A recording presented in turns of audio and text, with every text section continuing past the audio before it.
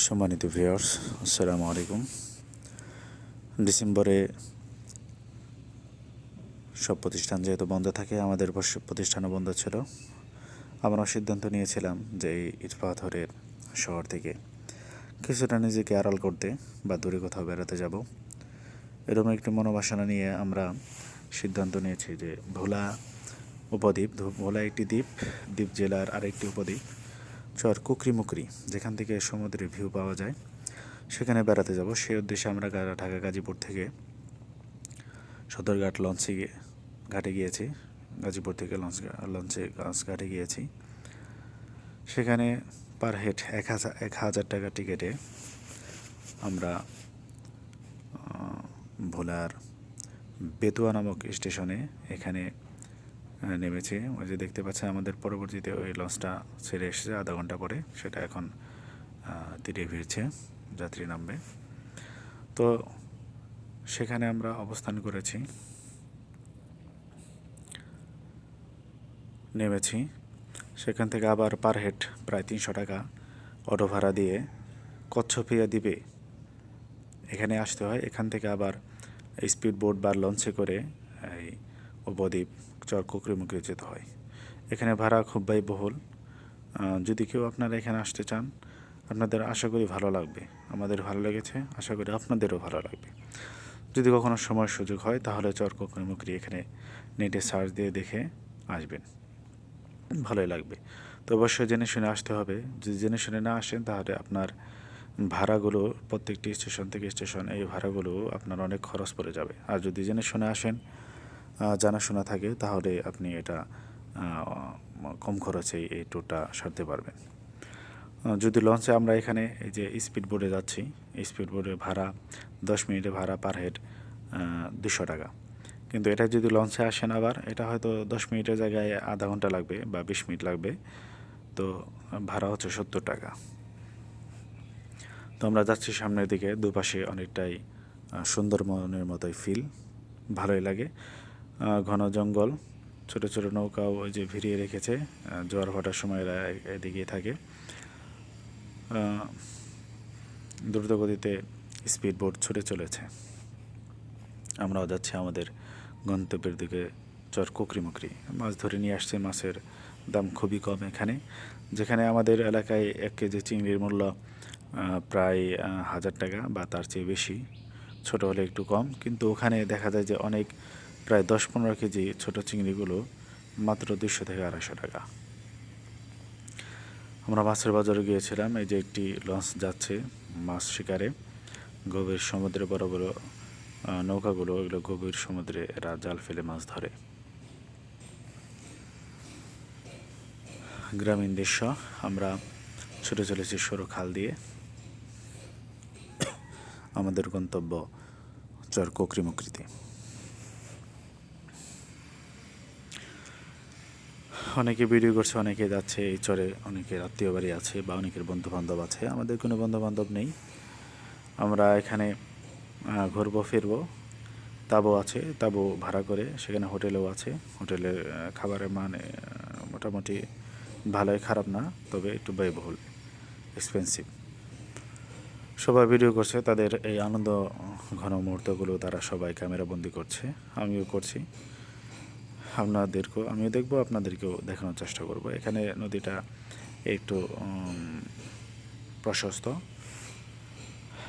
চারপাশেই নদী ছাড়া যে জায়গাগুলো আছে সবগুলো ঘন জঙ্গলে ঘেরা। বিভিন্ন পশু পাখি দেখা যায়। ওই যে ওখানে এটা হলো মহিষ দেখা যাচ্ছে, হয়তো এগুলা নিজস্ব ব্যক্তিগত মহিষের বাথানো করে অনেকগুলো মহিষ শুয়ে আছে। এরা সারাদিন ঘাস খায় আর অবসর টাইমে পানিতে শুয়ে থাকে। মহিষের কাজই হলো এটা। আমরা একটি সরু খাল থেকে বের হয়ে আবার আরেকটি সরু খালে প্রবেশ করেছি। এটা আরও ঘন জঙ্গলে ঘেরা। স্পিড বোট দ্রুত গতিতে চলছে। সামনে গিয়ে আবার স্পিড বোটের গতিটা কমিয়ে দেয়, কারণ সরু খাল, ও দিক থেকে এটি দ্রুতগতি স্পিড বোট আসতে পারে যে কোনো মুহূর্তে, বা লঞ্চও আসতে পারে। সরু খাল দুর্ঘটনা করতে পারে, এই জন্য স্পিড বোটের স্পিডটা একটু কম। এখন কম হওয়াতে আমাদের জন্য ভালো হয়েছে। খুব সুন্দর করে আশপাশের দৃশ্যগুলো দেখতে পাচ্ছি, মনোমুগ্ধকর দৃশ্য। ক্যামেরা যদিও অতটা ভালো না, যতটুকু সম্ভব চেষ্টা করেছি আপনাদেরকে দেখানোর জন্য। সরু খাল বেয়ে যাচ্ছি, ঘন বন জঙ্গল দুই পাশেই, বিভিন্ন গাছগুলো ওখানে গিয়ে দেখেছি, ইতিপূর্বে কোথাও কখনো দেখিনি। কিছু গাছের নাম হচ্ছে কেওড়া, আবার কিছু আছে এই শৈলা গাছ। দুনো গাছই ফল ধরে এবং এগুলো নাকি টক হয়, টক রান্না করে ওই এলাকার মানুষগুলো খায় বা স্থানীয় মানুষগুলো ওই টক রান্নার জন্য এগুলো ব্যবহার করে। আমরা ক্যামেরা ধরে আছি, এখানে অনেক সময় হরিণের দেখা পাওয়া যায়। বানর তো আছেই, অ্যাভেলেবল বানর আছে, কিন্তু এগুলো খুব ভীতু, সহজে মানুষের সামনে জনসম্মুখে এরা আসে না। মানুষ দেখলেই খুব দ্রুত এরা গভীর জঙ্গলে লুকিয়ে যায়। যে গোলপাতা গাছ অনেকটাই বলেছিলাম যে সুন্দরবনের ফিল, সুন্দরবনের যে গাছগুলো আছে এখানে, সেই গাছগুলোই এখানে পরিলক্ষিত হয়। অধিকাংশ গাছই সুন্দরবনের সাথে মিল আছে। সামনে যাচ্ছি, সুন্দর, দেখতে ভালোই লাগছে, এনজয় করছি। আল্লাহ দেয়া রহমত নিয়ামতগুলো আমরা দেখছি। পাথরের শহর থেকে আপনারা যদি ক্লান্তিটাকে দূর করতে চান, এই ঘেয়েমি দূর করতে চান, ব্যস্ততার এই ঘেয়েমি দূর করতে চান, তাহলে এই চরকুকরিমুকরি গ্রামীণ জীবন এসে উপভোগ করতে পারেন।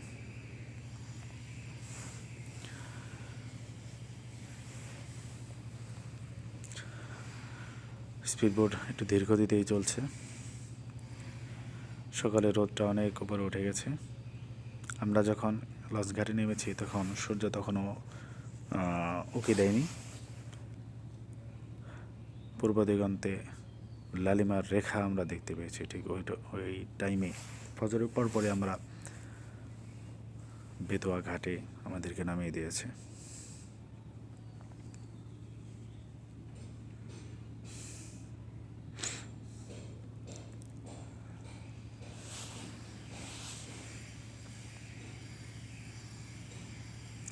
পানির দাগ দেখা যাচ্ছে ভিডিওতে, এটা হলো যে জোয়ার ভাটা।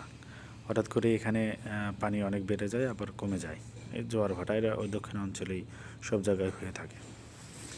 আমরা একটি বাগান এলাকা বলে এটা, আসলে এটা ওই ঘন জঙ্গলের ভেতরে অংশটায় আমরা ভেতরে যাওয়ার চেষ্টা করতেছি।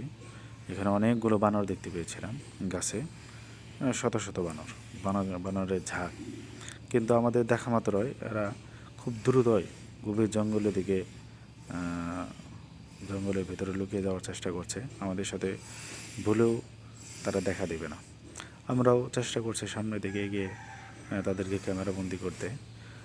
সামনে খুব দ্রুত যাওয়া যায় না, নিচে শৈলা গাছের শিকড়গুলো সুচালুভাবে উপর দিকে দাঁড়িয়ে আছে, ছোট ছোট শিকড় এর উপরে দিকে দাঁড়িয়ে আছে। যদি আপনি হোঁচট খেয়ে পড়ে যান তাহলে কতগুলো শিকড় আপনার শরীরে ঢুকবে এটা আসলে বলা যায় না। অনেক শত শত শিকড়, পা ফেলার জায়গাটা ওখানে ভালো মতো নেই, খুব দেখে শুনে পা ফেলতে হয়। তো ভেতরে ঢোকার চেষ্টা করছি। যে বানরগুলো বন্যপ্রাণী, বানর তো দেখি চিড়িয়াখানায় অনেক দেখা যায়, কিন্তু বনের ভেতর গিয়ে বন্য প্রাণী দেখার এটার আলাদা একটি ফিলিংস আছে, আলাদা একটি আনন্দ আছে। বনে একটি বানরের ভিডিও করার চেষ্টা করছি, যেটা একদম ধীরে ধীরে এগোচ্ছে। আমার মনে হয় এটা হচ্ছে লিডার। সব বানরগুলো আগে চলে যাচ্ছে দ্রুত ভেতরের দিকে, কিন্তু একটি বানর দেখতে পেলাম সে খুব স্বাভাবিকভাবেই হেঁটে যাচ্ছে, সে মানে কোনো ভ্রুক্ষেপ করছে না। আমরা যেখানে আছি আমার মনে হচ্ছে সবাইকে সেফটি দিয়ে সে হয়তো লিডার হবে। সে সবাইকে সেফটি দিয়ে ধীরে ধীরে সামনে এগিয়ে যাচ্ছে। তাকে ক্যামেরাবন্দি করার জন্য আমরাও একটু সামনে এগিয়ে গেলাম, কিন্তু সামনে বেশি দ্রুত যাচ্ছি না। এক হলো শিকড়, দ্বিতীয় হলো বন্যপ্রাণী যে কোনো মুহূর্তে যে কোনো আচরণ করতে পারে, ভয়ঙ্কর আচরণ করতে পারে। নিজের পরিবার বা নিজের দলের সদস্যদেরকে বাঁচানোর জন্য সে এটি বিপদ মনে করতে পারে আমাদেরকে, যার কারণে আমরাও সামনের দিকে বেশি দ্রুত আগাইনি, ধীরে ধীরে আগানোর চেষ্টা করেছি।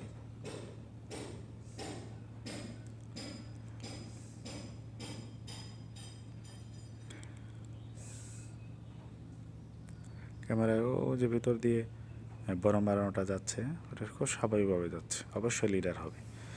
দলীয় যারা ঝাঁকে ঝাঁকে চলে বা দলবদ্ধভাবে যে প্রাণীগুলো চলে বনের ভেতরে, সেগুলোর মধ্যে লিডার থাকে। আর লিডার তো তাকেই বলা হয় যে সবার সেফটিটাকে আগে নিশ্চিত করে, সবাইকে সামনে দিয়ে সে নিজের তাদেরকে রক্ষা করার চেষ্টা করে। সে হচ্ছে লিডার। বস এবং লিডারের মাঝে পার্থক্য আছে, এটা আমরা অনেকেই জানি। বস হচ্ছে সবাইকে ব্যবহার করে উপরে ওঠে, আর লিডার হচ্ছে সবাইকে নিয়ে চলার চেষ্টা করে, সবাইকে রক্ষা করার চেষ্টা করে। তো ঘন জঙ্গল, খুব খেয়াল করে পা ফেলতে হচ্ছে। কাটার মতো এই শিকড়গুলো দাঁড়িয়ে আছে।